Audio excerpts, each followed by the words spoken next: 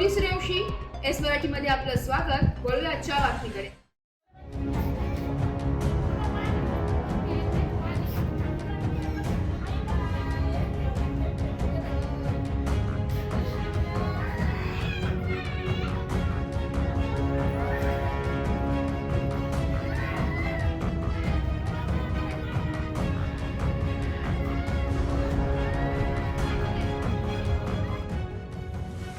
नाशिकच्या जुन्या चेहडी रोडवरील गाडेकर मळा खरजुल मळा येथे बिबट्याचा वावर मोठ्या प्रमाणात वाढलाय।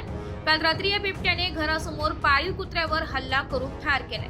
हा सर्व थरार सीसीटीव्ही कॅमेऱ्यात कैद झाल्याने परिसरात घबराट निर्माण झाली। जुना चेहडी रोड गाडेकर मळा येथील विशाल गाडेकर यांच्या घरी एक पाळीव कुत्रा असून काल रात्री 12 वाजेच्या सुमारास या परिसरात वावर असलेल्या बिबट्याने त्याच्यावर हल्ला करून त्याला ठार केलाय।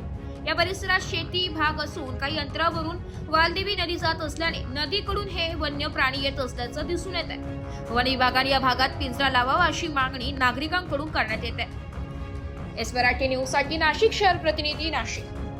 अशाच नवीन ताज्या घडामोडी जाणून घेण्यासाठी आमच्या एस मराठी न्यूज चॅनलला लाईक करा, शेअर करा, सबस्क्राईब करा आणि बेल आयकॉनला क्लिक करायला विसरू नका।